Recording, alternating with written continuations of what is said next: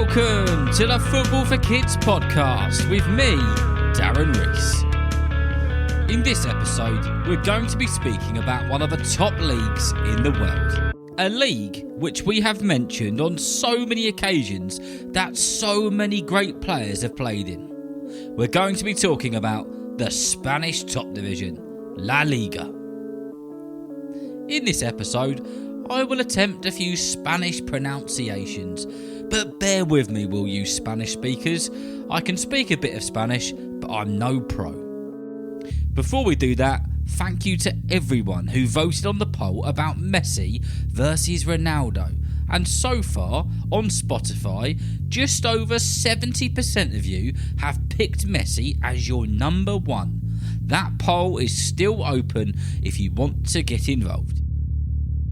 Thank you also to all of you legends that have been giving the podcast 5-star reviews on Apple, including Theo, who says, I've recently started listening to this podcast and I think it's really good. I love Liverpool, so please can you do an episode on Luis Diaz or legend Steven Gerrard? Thanks, from Theo. Thank you very much, Theo, and thank you to everybody who's given the podcast a 5-star review. Please do keep them coming. It helps the podcast get up the podcast charts and then helps other people find it.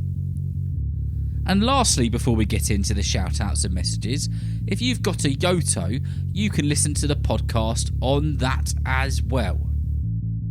Right then, let's do your shout-outs and your messages, shall we? And the first one says, Dear Darren, I'm Samson, aged 8, and I thought it would be a good idea to make an episode on Diego Maradona, Alan Shearer and Cesc Fabregas. Could you please do a shout out to my team, Stony Stratford FC under-8s, and my coach Barry? Well, thank you very much for your message, Samson. Hopefully you enjoyed the episode which we did a few weeks ago on Diego Maradona, and don't you worry, Alan Shearer and Fabregas are both on the very long list of episodes which I need to write. A massive shout out to your football team, everybody who you play with, and of course to your coach Barry, who I'm sure does a marvellous job. And that is from Samson. Thank you very much. And the next one says, Hi, my name is Oliver from Atherton in Manchester. I play for Atherton Town Cobras and play as a striker. I'm a massive Manchester United fan and I love Marcus Rashford and Casemiro.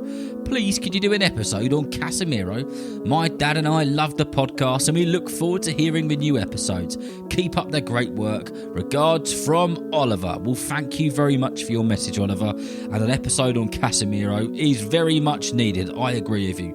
That one is on the list. A big shout out to you and your dad and everybody at your football team. Thank you for being listeners and hopefully you will enjoy this episode. And the last one is a massive shout out to Niall, who loves the podcast and listens to it every day and sometimes even a few times a day. And his team is called Camilla Rovers in Ireland. A massive shout out to you, Niall. I know that you'd love an episode on goalkeepers, but in particular, someone like Alisson. So I will get that on the list and I will get that one done for you. Thank you so much for being a listener, and I really hope that you enjoy this episode as well.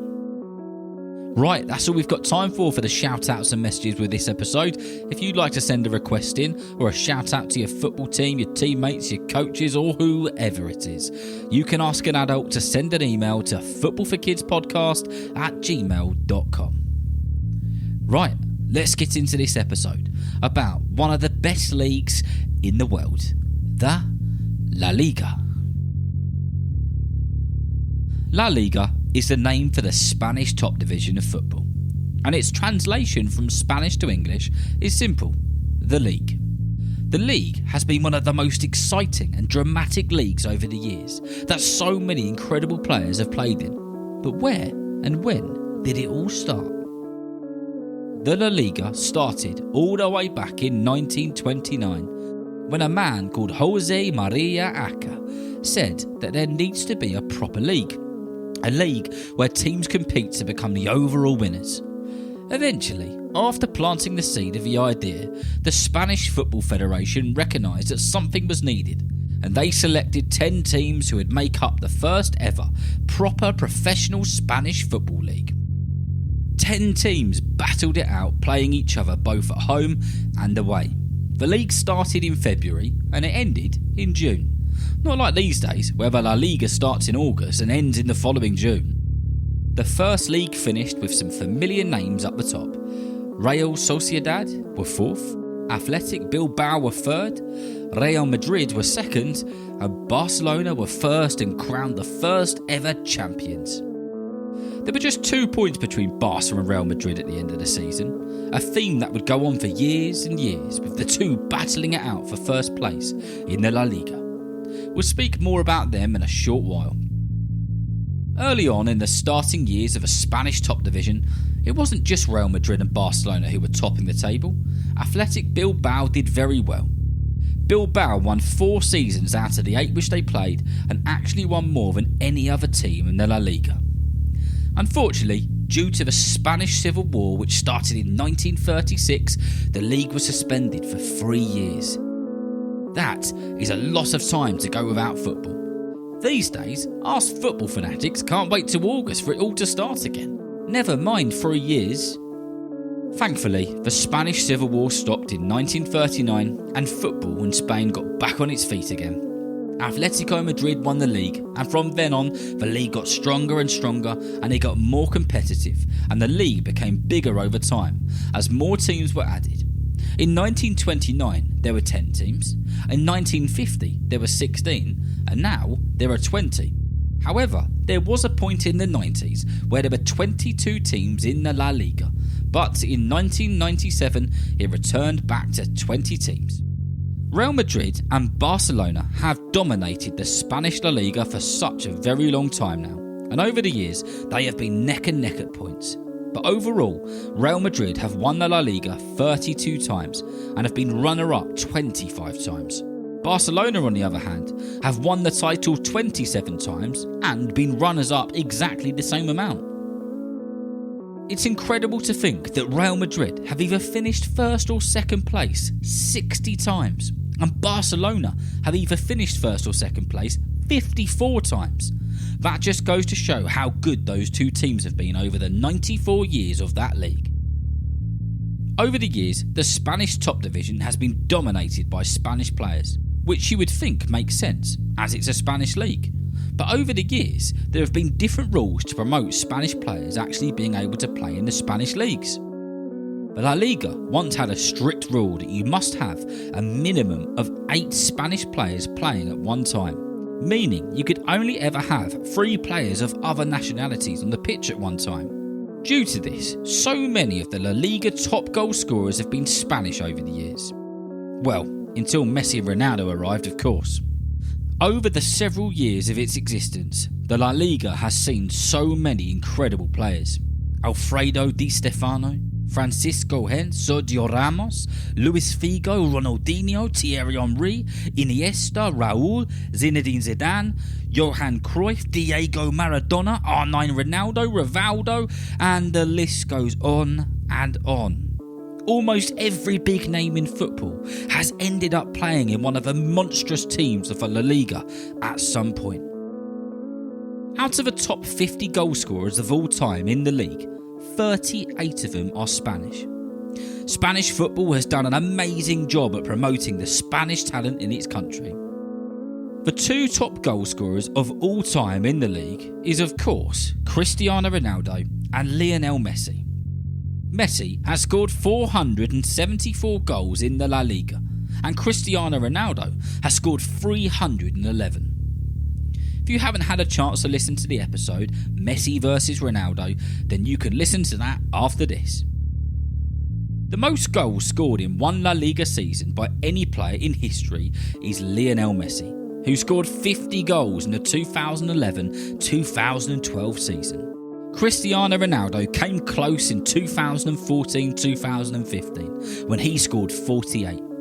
Yet again, it's those 2 incredible players topping off all the record tables.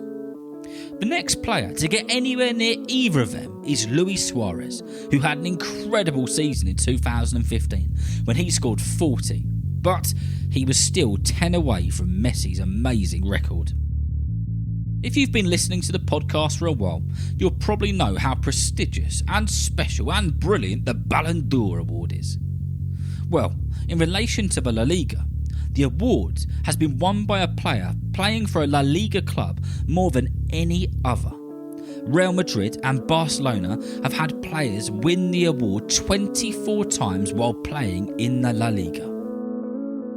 Recently, on another episode, we spoke about the Champions League and the European Cup, a tournament where the best teams in Europe battled it out for one of the best trophies in football. Yet again, Spanish teams top the table with the wins over any other country. La Liga teams have won the competition 19 times and have been in 30 finals overall. So, thank goodness for Jose Maria Aca, the man who pushed for a proper football league in Spain, which encouraged competition, which was such a good idea. And also, thank goodness for the rules on having Spanish players playing in Spanish clubs, because it's promoted an incredible amount of talent. The La Liga is a league of all leagues where the competition up the top is quite something. It's a league where the teams have dominated European football and a league where almost all players dream of playing. The next La Liga season starts on the 12th of August. Barcelona are the current champions. Can they do it again? We'll have to find out. There's loads of other episodes for you to get stuck into, which are linked to the La Liga, like the episodes on some of the greatest La Liga players, like Ronaldinho, Messi, Ronaldo, and we did an episode on Real Madrid. There's also so much more for you to go and listen to. I hope that you've enjoyed listening and learning about the La Liga. And remember, if you know someone who loves football just as much as you do, then please tell them about Football for Kids. And whether you're playing football soon, watching it on the telly, or pitch side, I hope that you enjoy the game. See you next time.